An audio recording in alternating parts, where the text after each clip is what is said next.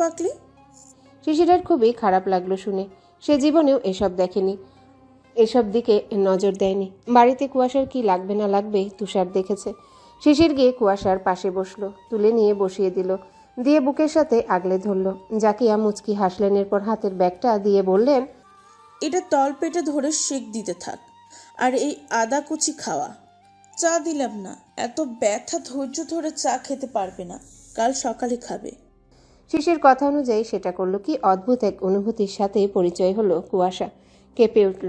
শিশির টের পেল বোধহয়, তবে মায়ের সামনে কিছু বলল না। কুয়াশা শুধু মা ছেলেকে দেখেই গেল। আজমিরা কুয়াশার মাথায় হাত বুলিয়ে বললেন, কাঁদিস না মা, ঠিক হয়ে যাবে। আমার ছেলে তোর পাশে আছে। কুয়াশা ছলছল চোখে চেয়ে রইল। শিশিরের মাথায় হাত রেখে বললেন, চিন্তা করিস না আব্বু, ঠিক হয়ে যাবে। এভাবেই যত্ন নিবি। আমি আসছি। শিশির সম্মতি দিতেই বেরিয়ে গেলেন জাকিয়া। শিশির উঠে গিয়ে দরজা আটকে দিল, এসে জিরো লাইট জ্বালিয়ে দিল। এরপর কুয়াশাকে শুইয়ে দিয়ে সেক দিতে থাকলো। এতক্ষণ মরণ যন্ত্রণা থেকে আস্তে আস্তে আরাম বোধ হলো। আদা চিবাচ্ছে সাথে, ঔষধ সে খায় না, এমন প্রাথমিক চিকিৎসাই নেয়। শিশির দেখলো কাতরানো একটু কমিয়ে দিয়েছে, বলল, কমছে? আরাম লাগছে। এগুলা মাসাজ করলে আরাম লাগে, করে দেব? তুই বলতে দেব? কুয়াশা অদ্ভুত নজরে তাকালো। এই ছেলেকে সব অধিকারই দিতে হবে, সেখানে এটা আর তেমন কি। হুম। শিশির কুয়াশার তলপেটে স্পর্শ করতে সে কারেন্ট শক লাগার মতো কেঁপে উঠল। শিশিরেরও শরীরে ঝাঁকুনি দিল। এ কেমন অনুভূতি! নিত্য নতুন অনভিজ্ঞতা অনুভূতির সাথে দুজন পরিচয় হচ্ছে। দিন যত যাচ্ছে অনুভূতিরা ততই গভীর হচ্ছে। এক অদম্য অনুভূতি কাজ করছে শিশিরের। শিশির আলতো হাতে কুয়াশার পেট ম্যাসেজ করতে করতে কুয়াশার দিকে তাকালো। কুয়াশার লজ্জায় চোখ মুখ খিচিয়ে নিল। শিহরণ হচ্ছে শরীরে। শিশির ঠোঁট কামড়ে হাসল। সম্পর্কের গভীরতা টের পাচ্ছে। অদ্ভুতভাবে অতিশয় আপন লাগছে এই মেয়েটাকে। আপনই তো, তার হৃদয় রাজ করতে বসেছে এই হৃদয় রানী। কুয়াশা আধা ঘন্টা মতো চোখ বন্ধ করে পড়ে রইল। এরপর যখন ব্যথা কমে গেল, শিশিরকে বলল, শুয়ে পড়ো, কমে এসে এবার সেরে যাবে। কষ্ট হচ্ছে না আর? আর একটু করি? লাগবে না, এসো। বলেই হাত বাড়িয়ে দিল। শিশির মুচকি হেসে হটব্যাগ রেখে লাইট বন্ধ করে শুয়ে পড়ল। কুয়াশার গলায় মুখ গুজে দিল। কুয়াশা বলল, এত ভালো লাগে এখানে স্মেল। অবাক হলো শিশির। মুখ গুজে রেখেই বলল, তুই জানলি কি করে? যেভাবে শ্বাস টানো। শিশির ফিসফিস করে হেসে দিল, টেনে নিল আরেকটু। 2 দিন পর দুপুর 4টা। শিশির এসে মাত্র গোসল করে বের হলো। সেই সময় কুয়াশা এলো। শিশির সেদিকে একবার তাকিয়ে চোখ ফিরিয়ে নিয়ে তৎক্ষণাৎ আবার তাকালো। সামথিং স্পেশাল লাগছে কি? হ্যাঁ লাগছে তো। নাকে নাকফুল পড়েছে। কুয়াশার নাক ফুটো করার পর সুতো কেটে নাকফুল পরতে পারেনি, সমস্যা হচ্ছিল অনেক। এখন নাক শুকিয়ে গেছে অনেক, তাই জাকিয়া নাকফুল পরিয়ে দিয়েছে আজ। শিশির বিড়বিড়ালো, অপসরা, কি বলো? এদিকে আয়। কুয়াশা এগিয়ে গেলে হাত ধরে টেনে নিল। সুন্দরী অপসরা লাগছে নাকফুল আমার আহ্লাদে বুকে।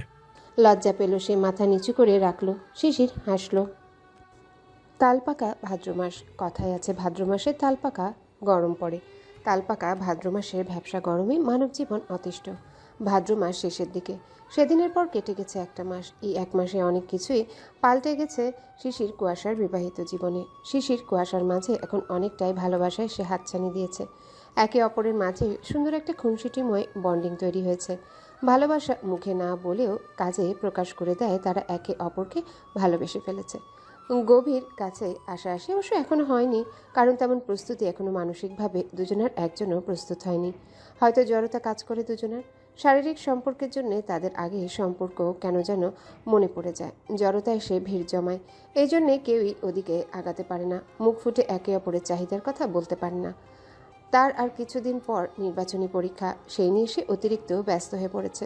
সব কিছু গুছিয়ে উঠলেও আবার ব্যস্ততা এসে হানা দেয়। কুয়াশাও অধীর আগ্রহে বসে আছে শিশিরের নিজের মুখে চাহিদা প্রকাশ করার দিনটিতে। জড়তা তারও কাজ করে। আগে কীরকম চলতো, আর এখন সম্পর্কের একটা গভীর নামের জন্য শারীরিকভাবে গভীরে কাছে যেতেও যথেষ্ট জড়তা কাজ করবে, এটাই স্বাভাবিক। তবে খুব একটা দেরিও হয়নি যে এত তাড়াতাড়ি প্রয়োজন হবে। সে সবও হবে সময় হলে। আগে ভালোবাসাটা না হয় প্রকাশ করে নিক। গভীরে যাবার জন্য দিন আপনা আপনি চলে আসবে। ভাদ্র মাস প্রায় শেষের দিকে। সেপ্টেম্বর মাসের আজ 6 তারিখ, বুধবার। সকাল 8টার সময় খাবার টেবিলে মালিথা ভিলার সদস্যগুলো কিছু গুরুত্বপূর্ণ কথা নিয়ে আলোচনা করছে। সেই গুরুত্বপূর্ণ আলোচনার মূল টপিক হলো নিহার আর শশীর আন্টি বদল। মালিথা ভিলার সকলে আগামীকাল শশীদের বাড়িতে যাবেন। সব ঠিকঠাক হয়ে গেছে, গোছগাছও চলছে। তারা বৃহস্পতিবার যাবে, শুক্র ও শনিবার সেখানে থেকে রবিবার আবার বাড়ির উদ্দেশ্যে রওনা হবেন। তেমনটাই জানিয়েছেন হানিফ সাহেব। মূলত তিনি এভাবে আসার কথা বলেছেন, এতে করে ঘোরাঘুরি একটু একটু হয়ে যাবে সকলের। শশীদের গ্রামে তেমনভাবে কারোরই যাওয়া হয়ে ওঠেনি। সকলেই 4 দিনের ছুটি নেবে জব থেকে। জাহিদ মালিথা এখনও আসেননি, তবে আজ চলে আসবেন বলেছেন। শিশিরের পরীক্ষার জন্য ডেট পাল্টাতে চেয়েছিল নিহার, কিন্তু সে মানা করেছে, জানিয়েছে তার সমস্যা হবে না। সকালে খাবার খেয়ে সকলে চলে গেল। কুয়াশাও আজ কলেজে গেল, শিশিরের বাইকেই গেল। ওরা যেতেই আবার সকলে আগামীকালের জন্য প্রস্তুতি নেওয়া শুরু করলো। দুপুর 3টা, শিশির এলো মাত্র। এসে নিজের ঘরে মাত্রই শরীর থেকে শার্টটা খুলে বসেছে বিছানায়, আর তৎক্ষণাৎ কুয়াশা ঝড়ের বেগে এসে শিশিরকে এলোপাতারি মারা শুরু করে দিল। তার সেই বিখ্যাত মার চুল টেনে ধরে কিল, ঘুষি, চড় থাপ্পড়, খামচি, সব। কোনো কথা নেই, বার্তা নেই। হঠাৎ গোবর ঠাসার কি হলো? এভাবে হামলে পড়লো কেন? এটা ভাবতে ভাবতেই সে অনেকগুলো মার খেয়ে ফেললো। এবার জিজ্ঞাসা করতে লাগলো, আরে গোবর ঠাসা করছিস কি? কি হয়েছে বা মারছিস কেন? কি করলাম আমি? বলতে বলতে কুয়াশাকে দেখার চেষ্টা করলো আর থামানোর চেষ্টা করলো। দেখলো কুয়াশার চোখ থেকে টপ টপ পানি পড়ছে। আশ্চর্য, নিজেই মারছে আবার নিজেই কাঁদছে। ভাবতে ভাবতে কুয়াশা এবার বালিশ তুলে নিল, মারতে মারতে বলল, বুনলের বাচ্চা, জানিস না তুই কেন মারছি? বাইরে মেয়ে নিয়ে ঘুরিস, অথচ আমাকে নিয়ে আসার তোর সময় হয় না। না, মেয়েরা তোর গায়ের উপর কেলাতে কেলাতে পড়ে, তুইও সেসব কেলাতে কেলাতে গ্রহণ করিস। রাস্তার ভেতরে এত কিসের কেলানো মেয়ে নিয়ে তোর? ফাজিল মেয়ে তোর গায়ে পড়ে পড়ে হাসে, আর তুই কিছু বলিস না।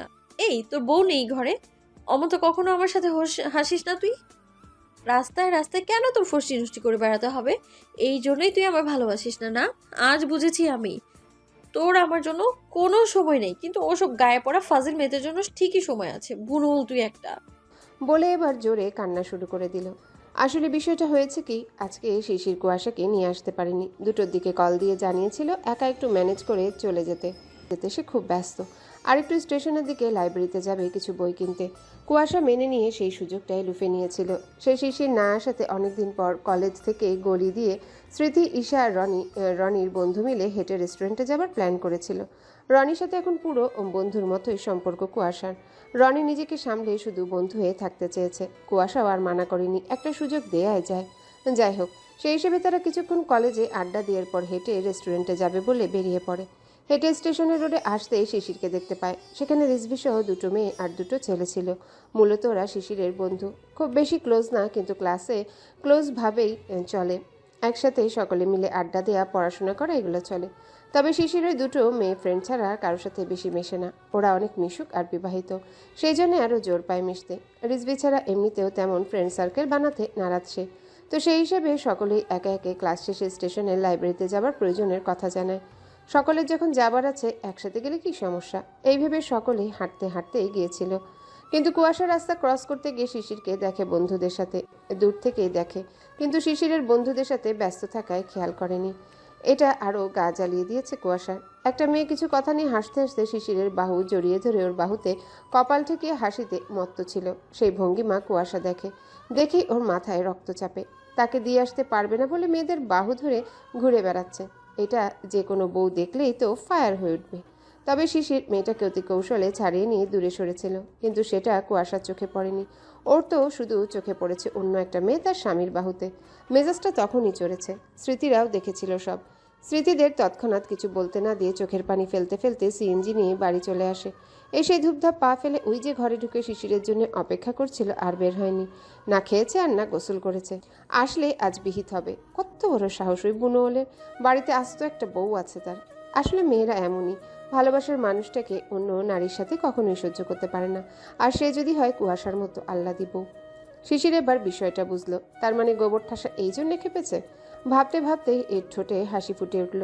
বালিশ দিয়ে আনলিমিটেড মেরেই চলেছে কুয়াশা। শিশির এবার না পেরে উঠে